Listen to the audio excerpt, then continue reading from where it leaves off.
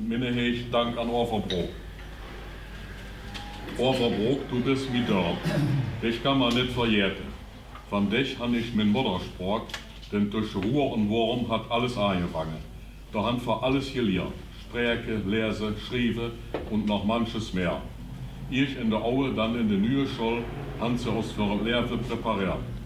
Die Fräulein Skalen, Schaps und Schüler und der Lehrer Hautermanns waren aus heutiger Sicht der Knüller, vor denen haben wir meistens Angst.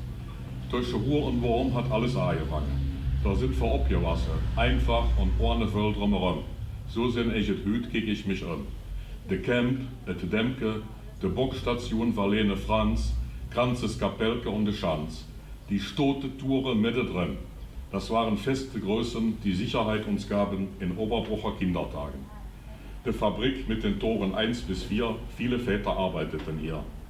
Das Schwimmbad und die Festhall mit der Jute und der kleinen Saal, der Rosenmontagszug, die Schütte, der Wurelschüt, der Maibaum auf der Maat.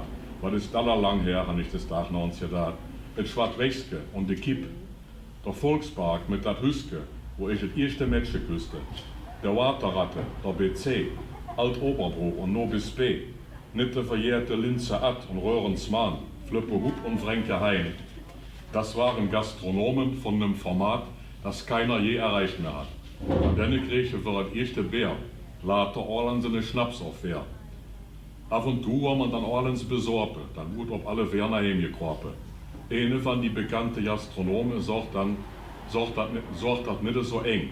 Der sagt dann immer, Men, lieber Schied voll als voll Schied. Wie reicht der auch? Wie reicht der auch?